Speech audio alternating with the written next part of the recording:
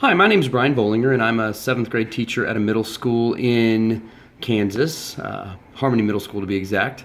And I use Socratic Seminars in my classroom quite a bit with my seventh graders, and I found them to be really successful in allowing students to give their ideas and to tell what their thoughts are without any leading questions, and they've been wonderful tools for the kids to use.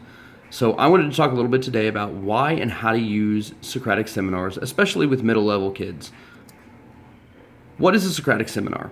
It's a conversation that allows individuals to express their ideas and opinions on a topic.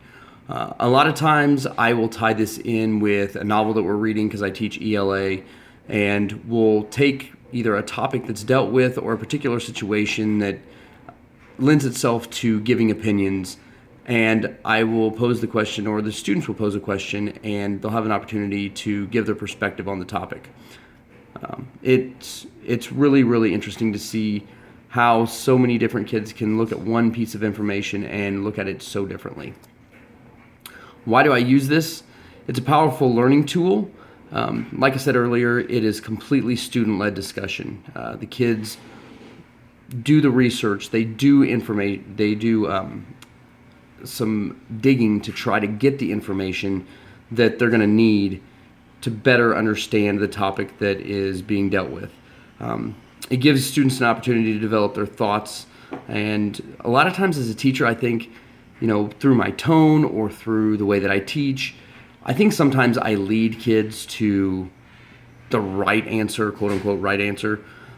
But through Socratic Seminar, kids are allowed to do some exploring and figure out what their thoughts are and go from there. One thing I've found that is very super important with this is setting ground rules prior to the beginning of the seminar. Things like appropriate conduct and preparation expectations. If those things are set up ahead of time, this can be one of the most effective tools that I have seen in a classroom. Socratic seminars look differently depending on the way that it is set up. When I set mine up, I have 3 different ways that I try to do it, and I try and vary it from time to time depending on what we're talking about and what I want the result to be. One of the types that I use is what I call small group. I group my kids in tables of 3 to 4 kids per table each day in my class, and sometimes I like Socratic seminars to be done in that small group. I think it allows for more of an intimate conversation. Each student is required at that point to have kind of a significant voice, and in that small of a group, you can't really be absent from the discussion. You have to put your 2 cents in and stand behind what you think. It also allows to hear from a number of other people. One of the downfalls of this is if everybody's got the same opinion, there's not a whole lot of discussion. So there are pluses and minuses to each one of these different types, but small groups sometimes can be very effective. The second type is where you have 2 groups. You have what I call an inner circle and an outer circle. The inner circle is where you have a set of desks that are set in a circle. It's a very small circle. In my classroom, I do it with about 1/3 of the students in the classroom. And then the outer circle, I have the remaining 2/3. The inner circle are the students that I choose to be a part of the verbal discussion. Oftentimes, I will look for students from a variety of different opinions because I do look at their preparation prior to doing a Socratic seminar. Other times I have a purple pumpkin that has student numbers in it, and I'll draw out of the purple pumpkin. So students never really know who's going to be in the inner circle, but they know they need to be prepared, and I always check their preparation prior to this. The outer circle in this, they are responsible for listening to the discussion, following it, taking notes over what was said, as well as trying to look at what the people have said and the conversation and the debate that's taken place and apply that to their own ideas and thoughts and see where they stand at the conclusion of that discussion. The third type is the one that I use probably most often. It's large group. And this is where I move all of the desks into one large circle. It's important to do that so each student can see everybody else. When one person's talking, everybody has a vantage point to see that person, to see their facial expressions, to see what their hand gestures are and things. This allows all students to share. It allows all students to be heard. Not everyone's expected to speak, but if they're comfortable, I want them to chime in. And it's really funny. Some of my shyer students that don't often raise their hand will chime in during this because they feel like they are not trying to please the teacher. They are giving their opinion to their peers. One thing that I don't allow during Socratic seminars is hand raising. It's not necessary. The students, if they're courteous to one another, everyone will get their opportunity to speak.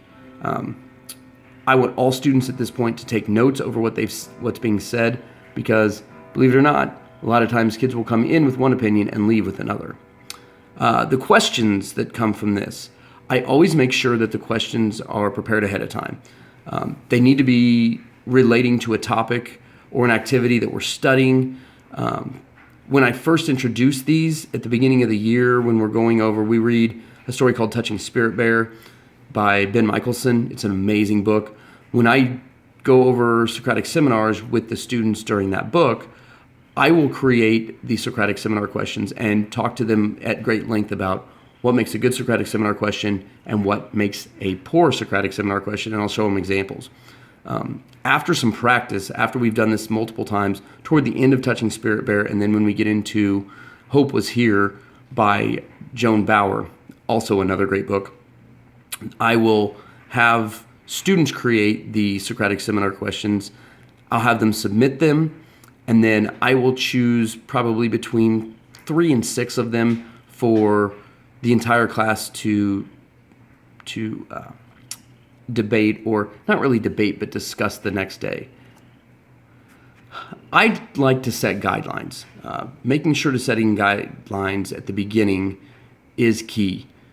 If there are no guidelines set, this can derail itself very, very quickly and turn into a non-effective type of discussion. Before rolling this out to kids, it's important to think about a lot of different factors. Things that I looked at were, what do I want my kids to do to prepare for the seminar? As a teacher, what role am I going to play? And I'll talk about that here in a few minutes. What role will kids play during this seminar? Is it necessary to delegate roles before this seminar, or am I, the teacher, going to allow students to assume roles? Believe it or not, when kids assume their own roles, it goes a whole lot better. I've tried it both ways. Kids will fall into patterns, and if you don't give a student power by giving them maybe a leadership role, kids will assume those roles on their own, and they don't feel like anyone is submissive to anyone else at that point. What guidelines do I want to set for my students as far as conduct? How do I want them to act? Are there any special circumstances that I, the teacher, need to be prepared for during the seminar? Is one of the questions or things that they have to respond to controversial? Could the discussion head in a direction that might potentially cause issues?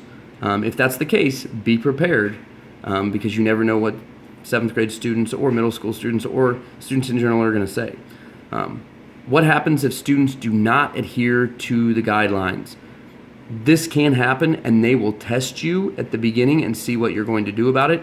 If you act appropriately but not over the top, things will stay pretty well under wraps. The guidelines that I give kids at the beginning of the year are, I have expectations, and then on the next slide I'm going to show you a little bit more about my expectations. I always tell them to be prepared to participate. You don't need to raise your hand. I am a big advocate for not raising hands, because raising hands basically means that one person is in charge and one person needs to be dependent on to call on that person who's raised their hand. And in a discussion, no one should feel like they have more power than anyone else. Part of this is inviting others into the discussion. Sometimes students who are more shy or don't feel like they have anything to share just need a gentle nudge from maybe a friend or somebody near them that might get them going. They must refer to it, the text. That's a key. If they are not referring to the text, then I tell them it is not a valid comment. It needs to refer in some way, shape, or form to the text. Comments must be appropriate, respectful, and focused. One thing I tell students at the very beginning is, this is a discussion, not a debate. We're not trying to convince others that we are right and they are wrong. By having this discussion, hopefully we're opening some minds to potentially different thoughts and ideas. That's what a Socratic seminar should do. Listen to and build on one another's comments. It shouldn't just be a simple, okay, I prepared last night, here's the information that I came up with, next. Who's going to tell their information? It should be a constant stream of steady dialogue. The second part is the roles of people. And I roll this out and I tell the kids, the student's job is to do the reading, to pay attention, to participate, and be respectful. Those are fairly basic things, but you'd be surprised at making sure that they understand those 4 basic things, how much that helps out. The teacher's job, and I tell them from the word go, my job is to facilitate, to bring the discussion back to the focus question if it starts to head into left field. I'm also responsible for making guidelines and making sure that they're met. One thing you'll notice there, I am not leading discussion. I'm there to facilitate, and I talk to my kids at great length. I will not be participating in the Socratic seminar verbally. I will be taking notes. I will be listening. I will be not judging. I will just be simply observing. Don't be afraid if there are long silences. I had a Socratic seminar that it was the first one of the year in an 8th grade class that I was teaching a few years back, and they were so stage frightened to be the first one to speak. We sat in class for 15 minutes and no one said a word. It got a little uncomfortable. Once the first person said something, it went beautifully. But it took that first person to break the ice.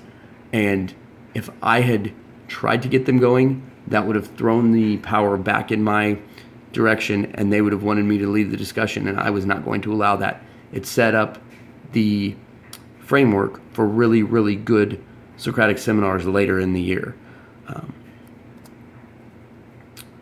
Okay.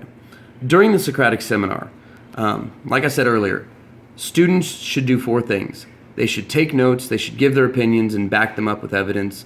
They should address one another respectfully, and they should take turns. If someone is not clear on why someone has an opinion, it's okay for them to not agree. But it is not okay for them to attack the person who's given that opinion. It's okay for them to ask questions, and I encourage them to do so. As the teacher, my responsibilities are to remain silent and take notes, and I make sure that the kids know this. Last Friday, I did a Socratic seminar with my class, and at the end of it, they asked for my opinion on a topic. I told them that I would not answer that question because I did not want to invalidate someone's opinion that didn't share mine. As a teacher, I do understand that I am somewhat of an authority figure and that students could defer to what I have told them. In a Socratic seminar, I do not want to invalidate anyone's opinions or ideas. If the discussion is getting off topic or out of control, my job is to redirect students to the questions and remind them of the guidelines. And lastly, as a teacher, my job is just to listen and be amazed. Afterwards, as the teacher, my job should be to debrief with them, not debrief with them about the topics and to give them feedback on their opinions and their ideas and things like that, but to tell them what they did well and what needs to improve for the next time as far as preparation, as far as presentation, those types of things about behavior, but avoid giving any feedback on the direction that the conversation went. Unless there was a moment where there was a little bit of levity that you could point to and say, okay, maybe this wasn't the best direction to go with it, but avoid giving your opinion. My class last Friday was pretty adamant that they wanted my opinion on a particular topic, and I refused to give it to them because I didn't want them to be invalidated. And that's like it says at the bottom, that is the opposite of what a Socratic seminar should do. Finally, the first few times you do this will be a little rough around the edges. You're going to have to figure out what works for your class, what works for you as a teacher, and what works for the individuals that are doing the seminar. Next, the more you do it, the more comfortable you will be, and the more comfortable the students will be. But the more times you do this, the more comfortable you will be giving up control of your classroom a little bit and handing it over to the students. You'll get more comfortable with unled, free thought. Students want to give their opinions, and they ask me all the time, well, am I going to get graded on what I say during the seminar? Do I have to talk a certain number of times? In my classroom, that answer is no. All of the points come from the preparation. If you do your prep work, if you make sure that there are page numbers and you've backed it up with evidence and you've explained yourself in writing, I'm not going to grade you on what you do or do not say. Lastly, being the student instead of the teacher is always really interesting. I do this probably, I'd say 6 or 8 times a school year at the very least. And I always learn something new from my 7th graders. I look at things a different way. I see a different vantage point. It's really powerful to watch these kids do what they do and think and converse and open their minds in a way that they may have never done before. A lot of my kids that are on IEPs, both on the gifted and on the special needs side, take part, as well as those kids that are quote unquote in the middle.